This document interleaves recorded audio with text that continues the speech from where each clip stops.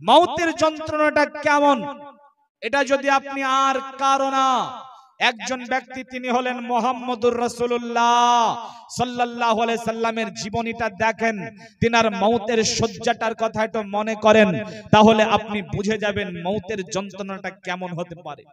বন্ধু আমার নবী তায়েফের ময়দানে গিয়েছিলেন, তায়েফের মাটিতে তায়েফবাসীকে দ্বীনের দাওয়াত দেওয়ার জন্য। তো তায়েফের নাদানেরা আমার নবীকে মেরেছিল না? কথা বলেন, মেরেছিল না? আমার নবীকে জিহাদের ময়দানে বেদিনেরা মেরেছিল, মেরে দাঁত ভেঙে দিয়েছিল, মেরেছিল না? আমার নবীকে মুশরিকেরা কত কষ্ট দিয়েছিল, কিন্তু ভাইজান আমার নবী কোনোদিন আল্লাহকে বলেননি আল্লাহ আমি এই যন্ত্রণা সইতে পারছি না, আমি এই ব্যথা সইতে পারছি না, এমনি করে তিনি কোনোদিনও বলেননি। বলেছেন নাকি? বলেননি। কিন্তু মওতের সময় আম্মা জান আয়েশা রাদিয়াল্লাহু তাআলা আনহা বলছেন বিশ্বনবীর মওতের সময় তিনি আমার ঘরে আমার উরুতে মাথা রেখে পড়ে আছেন। বিশ্বনবী একবার অজ্ঞান হয়ে যান, আরেকবার জ্ঞান ফিরে, আরেকবার অজ্ঞান হয়ে যান, আরেকবার জ্ঞান ফিরে। রাসূলের পাশে একটা বর্তনে পানি রাখা আছে, যখন তিনার জ্ঞান ফিরছে তখন তিনি নিজে হাতে ওই পানি নিচ্ছেন, ঠুটে দিচ্ছেন, মুখে দিচ্ছেন, গালে দিচ্ছেন, চোখে দিচ্ছেন। সাহাবায়ে কেরাম আসছেন, রাসূলের অবস্থা দেখে সবাই কান্নায় ভেঙে পড়ছেন। রাসূলের মওতের সময় এত কষ্টদায়ক, এত বেদনাদায়ক, এত কষ্ট দিয়েছে মুশরিকেরা, কোনদিন আল্লাহকে বলেননি যে আল্লাহ এই বেদনা সইতে পারছি না। কিন্তু মওতের সময় আল্লাহ রাসূল বলছেন আল্লাহুম্মা হাউবিন আলা মুহাম্মাদিন সাকারাল মাউত, আল্লাহ আমি এই যন্ত্রণা সইতে পারছি না, তুমি আমার মওতের যন্ত্রণা একটু কমিয়ে দাও। চিন্তা করেন নবীর উম্মত মওতের যন্ত্রণা কত কঠিন হতে পারে। প্রিয় ভাইরা, এই মওতের যন্ত্রণার সম্মুখীন আপনাকে আমাকে হতেই হবে, হবে না? কথা বলেন, হবে না? আসুন মূল্যবান দুটা হাদিস শোনাই, কেউ চলে যেন না হাদিস দুটা না শুনে। মানুষ যখন মরে যায় জান কবজ করা হয় কি করে এবং আত্মার সঙ্গে কিরূপ আচরণ করা হয়, এই মর্মে দুটা হাদিস শোনাবো। পৃথিবীতে যারা ভালো মানুষ, আল্লাহওয়ালা মানুষ, পরহেজগার মানুষ, দীনদার মানুষ, রুকু করনে ওয়ালা, সাজদাতে ঝুঁকনে ওয়ালা মানুষ, এইরকম পরহেজগার মানুষের আত্মাটা কিভাবে কবজ করা হয় এবং তার আত্মাটা কবজ করার পরে তার আত্মার সঙ্গে কিরূপ আচরণ করা হয়, এই মর্মে একটা হাদিস শুনে নেন। আন বারা ইবনে আযিবিন রাদিয়াল্লাহু তাআলা আনহু قال قال রাসূলুল্লাহ সাল্লাল্লাহু আলাইহি ওয়াসাল্লাম ইন্নাল আবদাল মুমিন ইদা কানা ফিন কিতাইম মিনাদ দুনিয়া ওয়া ইকবালিম মিনাল আখিরাহ নাযালা ইলাইহি মালাইকাতু মিনাস সামাই বিজুল উজুহি কান্না উজুহাহুমুশ শামসু মাআহুম কাফানুম মিন আকফানিল জান্নাহ ওয়া হানাতুম মিন হানুতিল জান্নাহ ইলাল আখিরিল হাদিস। বন্ধুরি আমার, বারা ইবনে আজিব রাদিয়াল্লাহু তাআলা আনহু বলেন দয়ার নবী জনাবি মুহাম্মদুর রাসূলুল্লাহ সাল্লাল্লাহু আলাইহি ওয়াসাল্লাম বলেছেন ইন্নাল আবদাল মুমিন, যখন আল্লাহর কোন ভালো বান্দা, আল্লাহর কোন পরহেজগার বান্দা, আল্লাহর কোন মুমিন বান্দা ইজা কানা ফিল কিতাইম মিনাদ দুনিয়া, দুনিয়ার মাটি থেকে যখন বিদায় নেয়, ইকবালুম মিনাল আখিরাহ, তার যখন পরকালের জীবনটা শুরু হয়, অর্থাৎ যখন তার মৃত্যু হয়, তো এই ব্যক্তিটার জানটাকে কবজ করার জন্য আসমানের উপর থেকে এক দল ফেরেশতা চলে আসে। নাযালা ইলাইহি মালাইকাতু মিনাস সামাই, আসমানের উপর থেকে এক দল ফেরেশতা পৃথিবীর মাটিতে চলে আসে।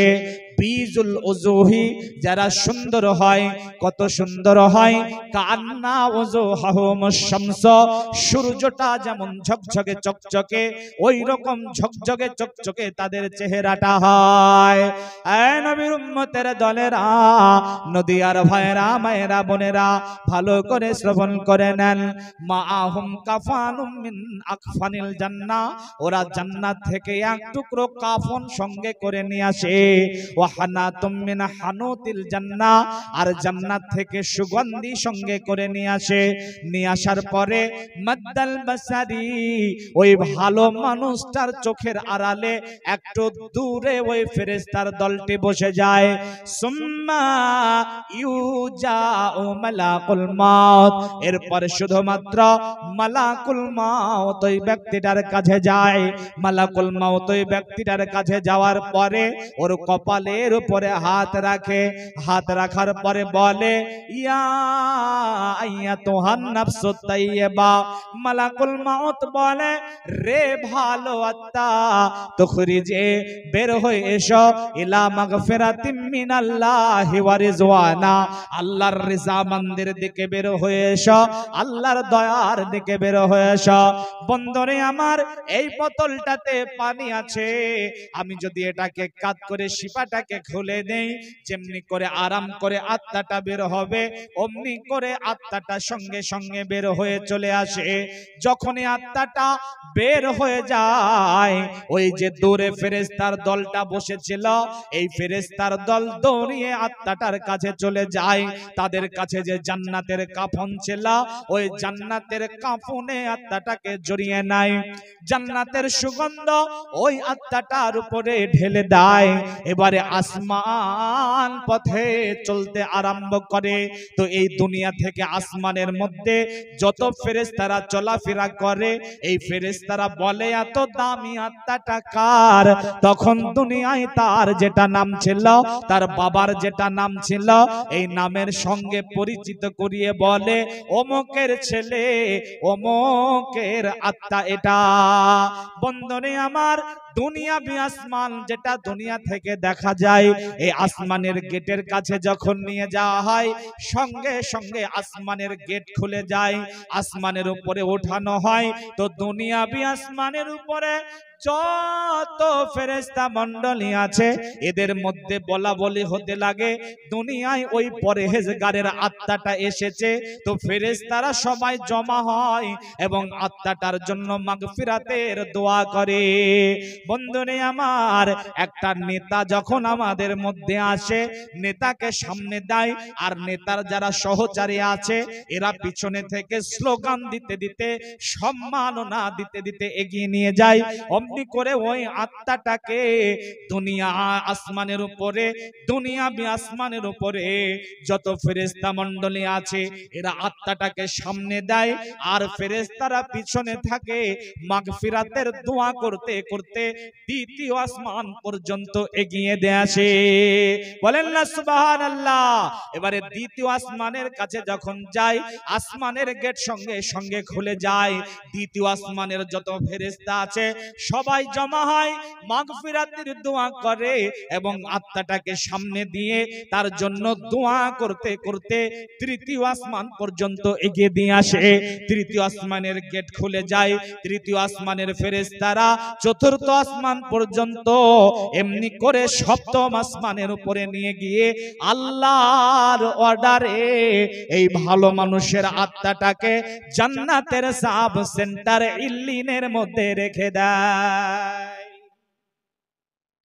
এটা হলো ভালো মানুষের আত্মা, পরহেজগারদের আত্মা, দিনদারদের আত্মা, রুকু করনে वाला, যারা হারাম খায়নি, সুদ খায়নি, ঘুষ খায়নি, জুয়া খেলেনি, লুটারি কাটেনি, পৃথিবীতে অশান্তির বাজারকে গরম করেনি, বোনের হক মেরে খায়নি, ভাইয়ের হক মেরে খায়নি, প্রতিবেশীর হক মেরে খায়নি, যারা ভালো পরহেজগার, তাদের আত্মার সঙ্গে এই আচরণ করা হয়।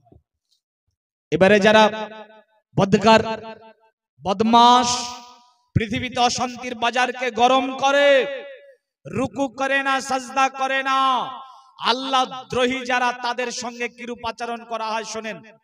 আপনারা কি বিরক্ত হয়ে গেছেন? ওটাওটি করছেন যে ভাই। ভাইজান শোনেন, খারাপ আত্মার সঙ্গে কিরূপ আচরণ করা হয়। এই হাদিসের রাবি হচ্ছেন বারা ইবনে আযিব রাদিয়াল্লাহু তাআলা। বারা ইবনে আযিব রাদিয়াল্লাহু তাআলা আনহু তিনি বলছেন যে একটা আনসারী ব্যক্তির জানাজাতে নবীজির সঙ্গে গেলাম কবরস্থানে। এ ভাইজান উঠে পালাছেন কেন? পেশাব করতে গেছেন? পেশাব করতে? আরে সর্বনাশ।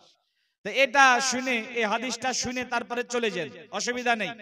বারা ইবনে আযিব রাদিয়াল্লাহু তাআলা আনহু বলছেন যে একটা আনসারী ব্যক্তির জানাজাতে গেলাম রাসূলের সঙ্গে জানাজাতে, তো কবরস্থানে গেছি এখনো পর্যন্ত লাশ আসেনি। আমাদের সঙ্গে এমন হয় না, হয় না গো? কথা বলেন, হয় না?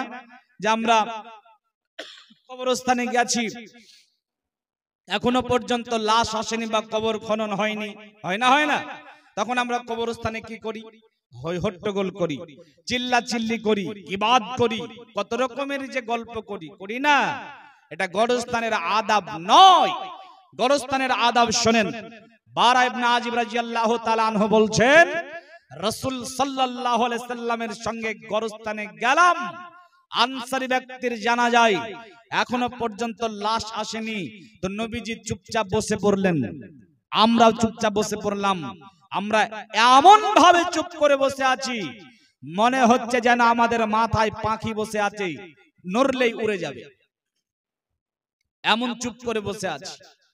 আল্লাহ রাসূলের হাতে এইটুকা কাঁটি, তিনি মাটিতে দাগ টানছেন বাচ্চাদের মতো। তিনি দাগ টানতে টানতে হঠাৎ করে মাথাটাকে উঠিয়ে বলছেন, সাহাবারা, সাথী সঙ্গীরা শোনো, তোমরা কবর থেকে আল্লাহর কাছে পানাহ চাও। কবর বড় খতরনাক জায়গা, কবর বড় দর্দনাক জায়গা। কথাটা তিনি 3 বার বললেন। এরপরে তিনি বলেন, ইন্নাল আবদাল কাফির ইজা কানা ফিন কিতাইম মিনাদ দুনিয়া ওয়া ইকবালিম মিনাল আখিরা নাযালা ইলাইহি মালাইকাতু মিনাস সামাই সুদুল উযহে। রাসূল বলছেন, যখন কোন খারাপ বান্দা, যখন আল্লাহদ্রোহী বান্দা নামাজ পড়ে না, রোজা করে না, হজ করে না, যাকাত দেয় না, আল্লাহর বিধান আদেশ মেনে চলে না, এই রকম ব্যক্তি যখন পৃথিবীর মাটি থেকে বিদায় নেবে, তো এর জানটাকে কবজ করার জন্য নাযালা ইলাইহি মালাইকাতু, আসমানের উপর থেকে একদল ফেরেশতা চলে আসে। সুদুল উজহি, যাদের চেহারা হয় ভয়ঙ্কর চেহারা, খতরনাক চেহারা, জাহান্নাম থেকে একটা চট সঙ্গে করে নিয়ে আসে। আসার পরে মাদ্দাল বাসারে, ওই বদগারের চোখের আড়ালে একটু দূরে বসে যায়।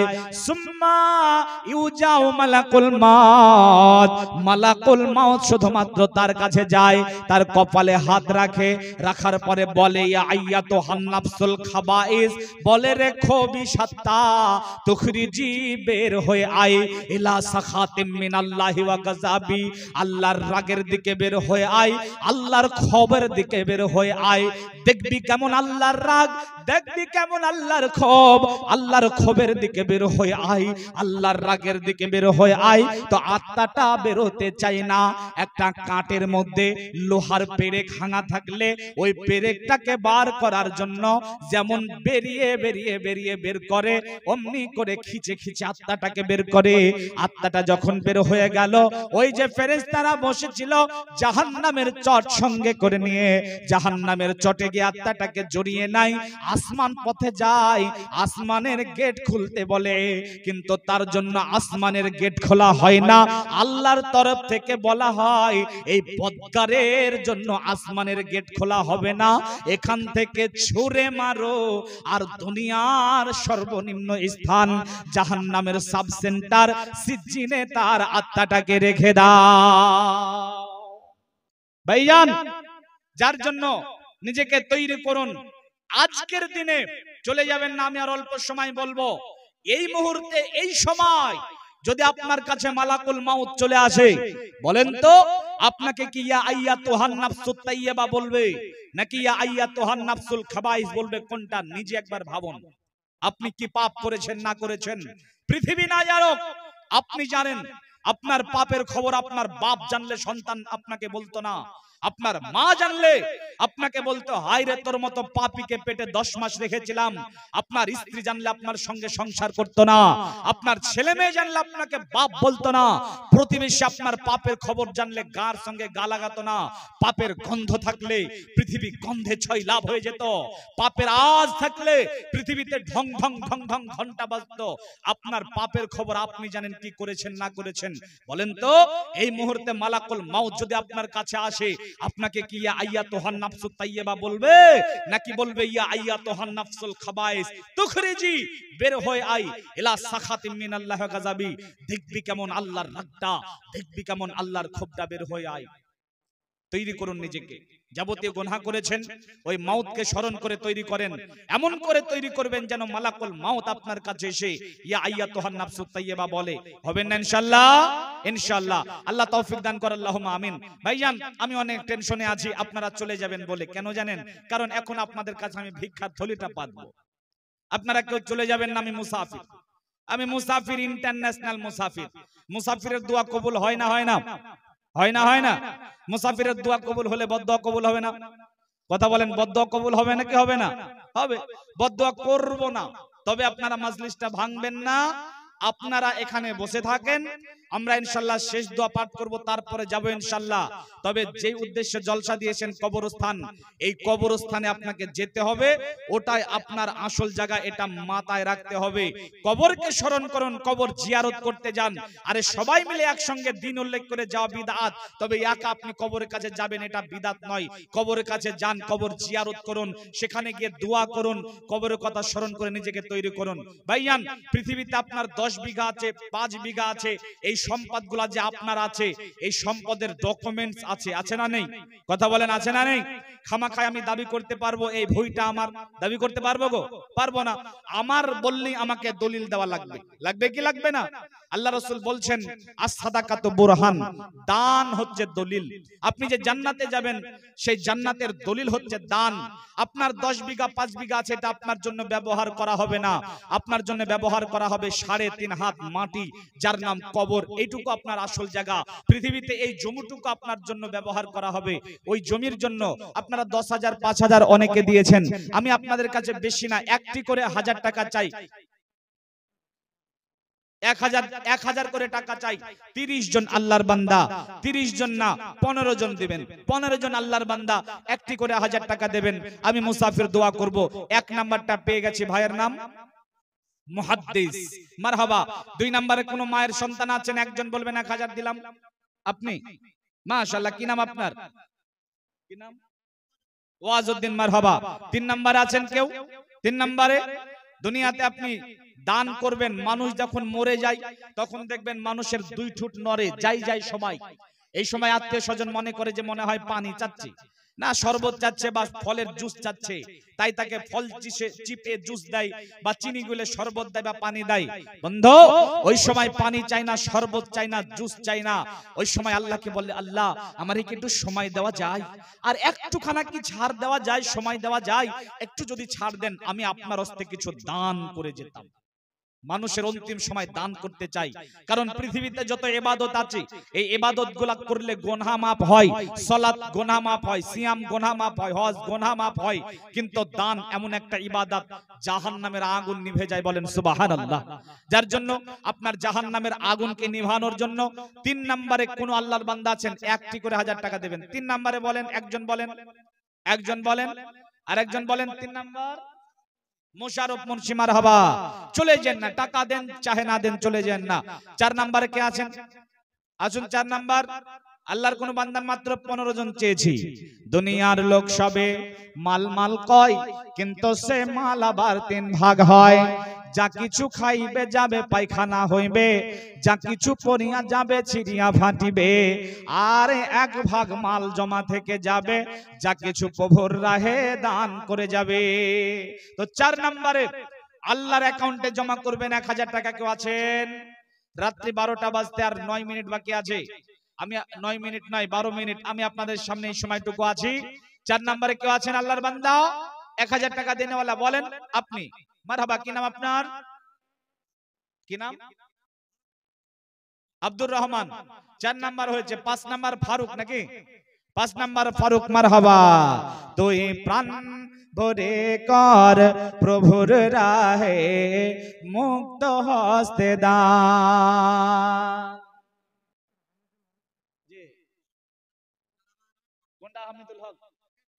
মাশাআল্লাহ, হামিদুল হক ভাই দিয়েছেন 10,000 টাকা। মনে হয় দাদা দাদি বেঁচে নাই, তার জন্য দোয়া চেয়েছে। রব্বুল আলামিন তোমার বান্দা হামিদুল 10,000 টাকা দান করেছে। মওলা গো তুমি তার দানকে সদরে কবুল করে নাও।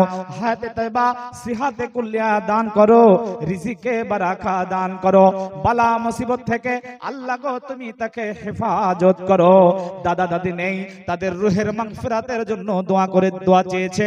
আল্লাহ গো তুমি তাদের গুনাহ খাতা ক্ষমা করে দিও, ভুল ভ্রান্তি ক্ষমা করে দিও, দানের বা বদলাতে কবর হাজাব মাফ করে দিও।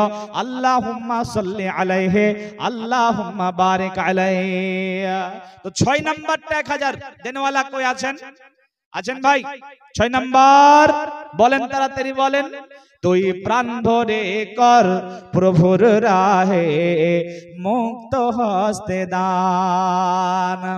এই দান হবে তোর রক্ষা কবচ, দান হবে তোর রক্ষা কবচ, পাইবি পরিত্রাণ।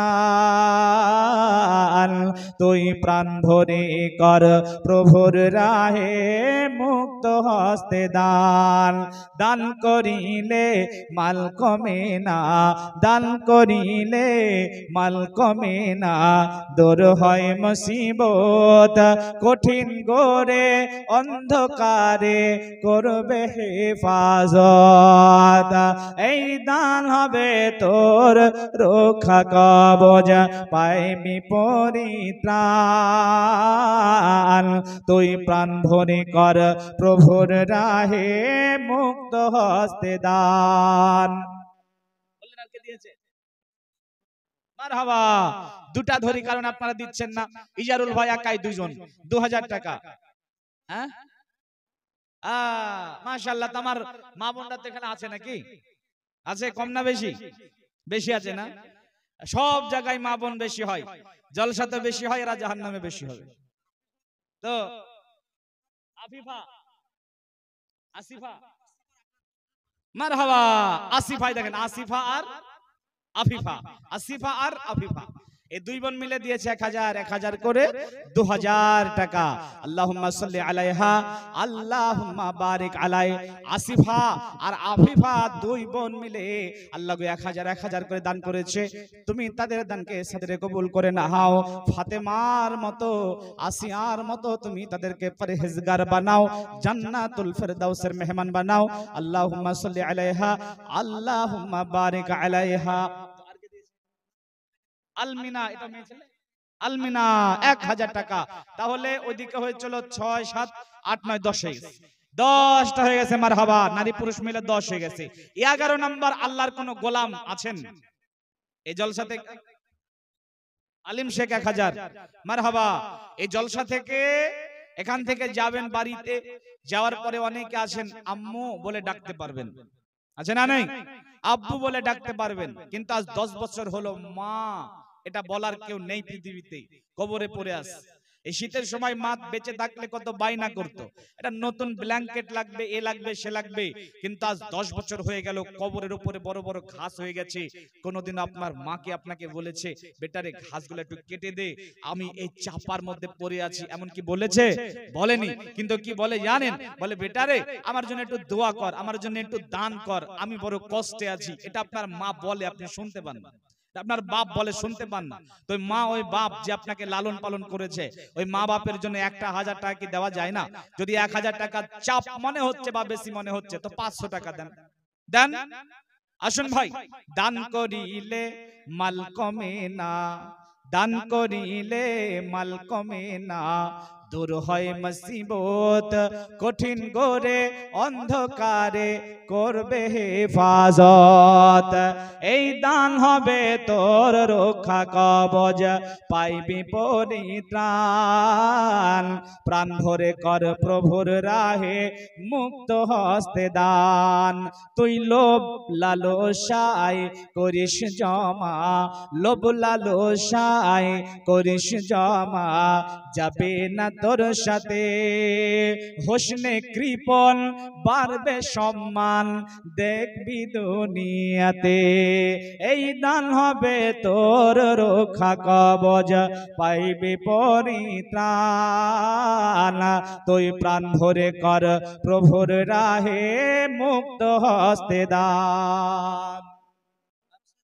আবুল বাসার ভাই মারহাবা। 2000 টাকা তো দিবেই বা কত? প্রথম বক্তাও চাইলো, দ্বিতীয় বক্তা চাইলো, আমিও চাইছি, মানে ঘুরে ঘুরে দিবে নাকি। তো তারপরেও যারা দেননি তারা দেন। আবুল বাসার আব্দুর রশিদ 1000। আল্লাহুম্মা সাল্লি আলাইহি আল্লাহুম্মা বারিক আলাই। রব্বুল আলামিন তোমার বান্দারা কেউ 1000 কেউ 2000 করে দান করছে, আল্লাহ গো তুমি তাদেরকে কবুল করে নিও। হায়াতে বা সিহাতে কুল্লিয়া দান করো, রিজিকে বারাকা দান করো, বালা মুসিবত দূর করে দাও, পরকালীন বালা দূর করে দাও, আসমানের বালা আসমানে মিটাও, জমিনের বালা জমিনে মিটাও। আল্লাহুম্মা সাল্লি আলাইহি আল্লাহুম্মা বারিক আলাই। তো আর 500 টাকা দিয়েছে বেনামিতে। আমি আর 5 মিনিট আপনাদের সামনে আছি। যদি আপনারা দেনেওয়ালা কই আর আছেন তো দেরি করবেন না, জলদি করে আসেন। মাদানি রেল রে জান্নাতি মেল রে, তাড়াতাড়ি চলো রে নয়তো গাড়ি ফেল রে। যদি আসেন তো জলদি করে চলে আসেন।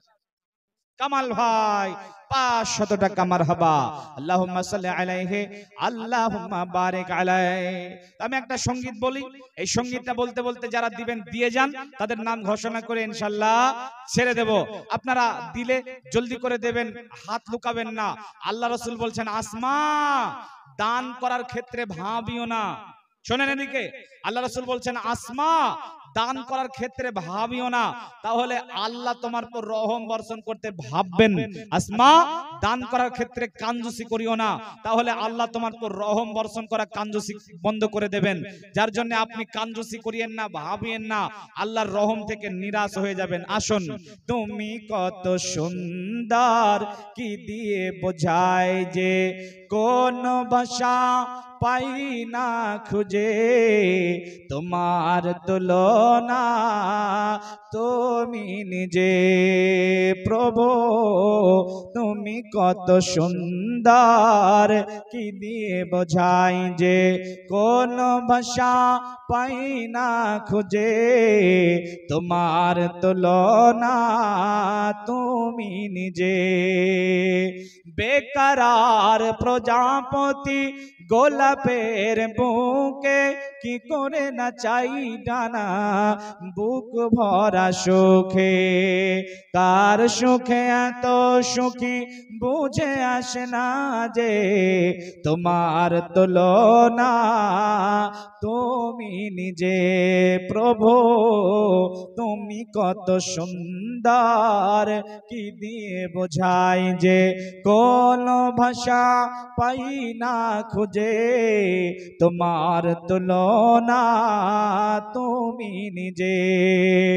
গভীর রজনী ভরা আকাশের তারা কার প্রেমে জেগে জেগে হয় দিশেহারা।